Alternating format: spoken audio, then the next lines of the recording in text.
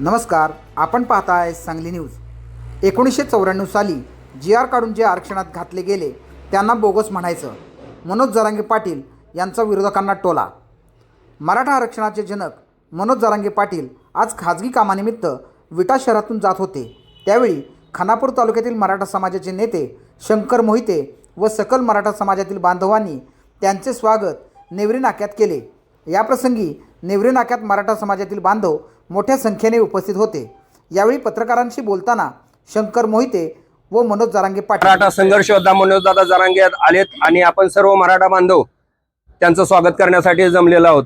दादा, तुम्ही इथं आलात, आम्ही फार तुमचा आभारी आहोत, कारण हे तुमचं स्वागत करण्यासाठी आमच्या तालुक्याचे प्रथम नागरिक सभापती मॅडम ज्या फक्त आणि फक्त तुमच्या लढ्याच्यामुळं त्या कुणबी सभापती झालेले आहेत।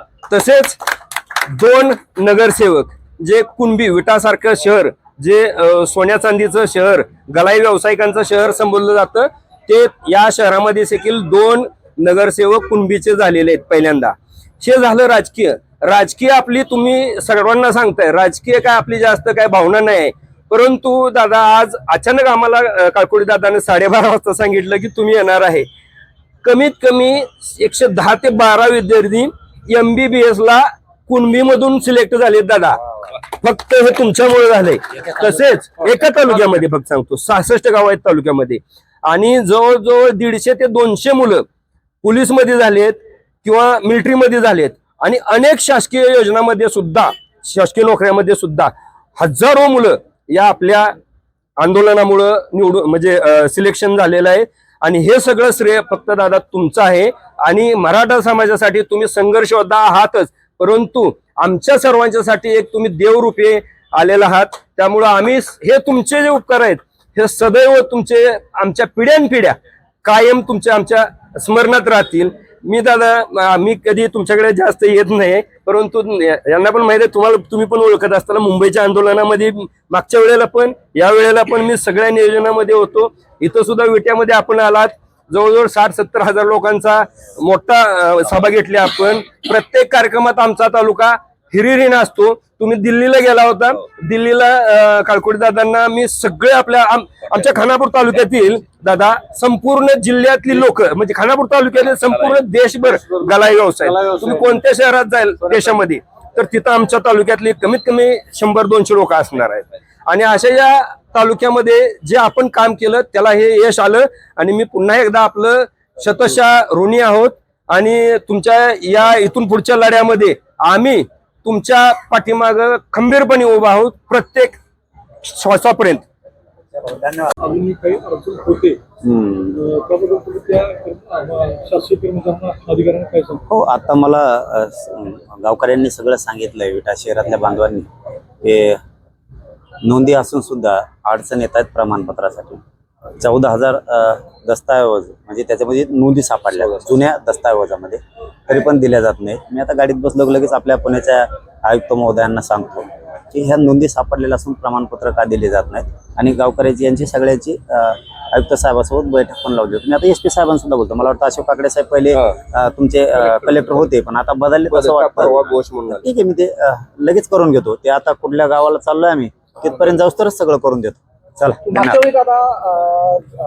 सातारा गॅझेट बद्दल बरीच चर्चा झाली होती, त्या सातारा गॅझेट पुढे काय झालं? कारण याचं कारण असं आहे की सांगली, सातारा, कोल्हापूर हे जे जिल्हे आहेत ते सगळे सातारा गॅझेटमध्ये बऱ्याच जणांमध्ये त्यांना कोणती दाखले मिळू शकतात, तर बघा, काय झालं? ही पहिली वेळ आहे राज्यातले 5 विभाग एका प्रामाणिक काम मी केल्यामुळं सगळ्या विभागाचा माझ्यावरती विश्वास, तो पश्चिम महाराष्ट्र असू द्या, कोकण असू द्या, खानदेश विदर्भ मराठवाडा असू द्या किंवा सव्वा मुंबई असू द्या, सातारा संस्थांच्या संदर्भात सातारा संस्थांचा GR लागू होणार, आणि आत्मविश्वास या आपल्या पश्चिम महाराष्ट्रातल्या सगळ्या मराठ्यांना माहिती, मी धोका करणार नाही समाजाशी कधी।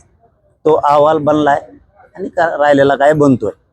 आता पुणे आयुक्त साहेबांना सुद्धा आपले गावकरी इकडचे सगळे शहरातले बांधव ते विचारू शकतात, कारण मी जे करतो ना, मी समाजाला धोका देण्याचं काम कधीच करत नाही। मराठवाड्यातल्या लोकांना GR निघाला, आता पश्चिम महाराष्ट्राला पण निघणार, दोन्हीत मिळून प्लस 58 लाख नोंदी सुद्धा आहेत।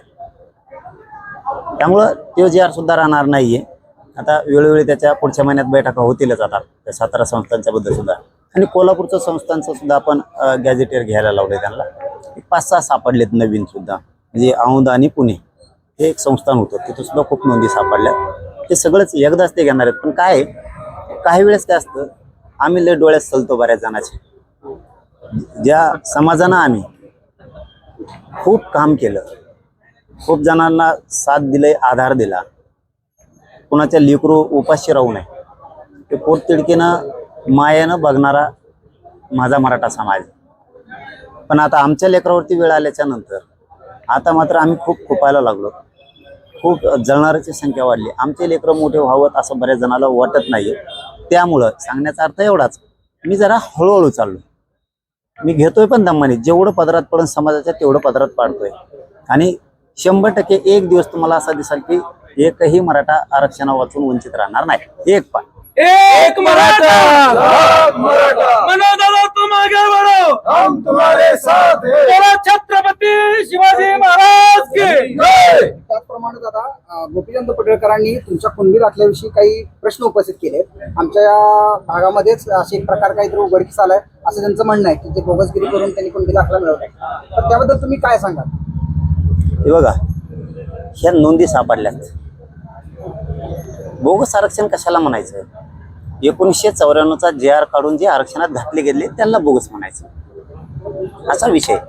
मराठा समाजाच्या ह्या नोंदी 150-200 वर्षापूर्वीच्या सापडल्या, याला बोगस नाही म्हणलं जात. आरक्षण 1967 पासून सुरू झालं. हे आमच्या नोंदी 150-200 वर्षापूर्वीचे. त्यामुळे आता कोणी काय म्हणावं, तर ज्याचा त्याचा भाग आहे. चला जाऊ दे, मी काय लक्ष देत नाही. आणि सांगली न्यूजसाठी विद्याधर कुलकर्णी, विटा.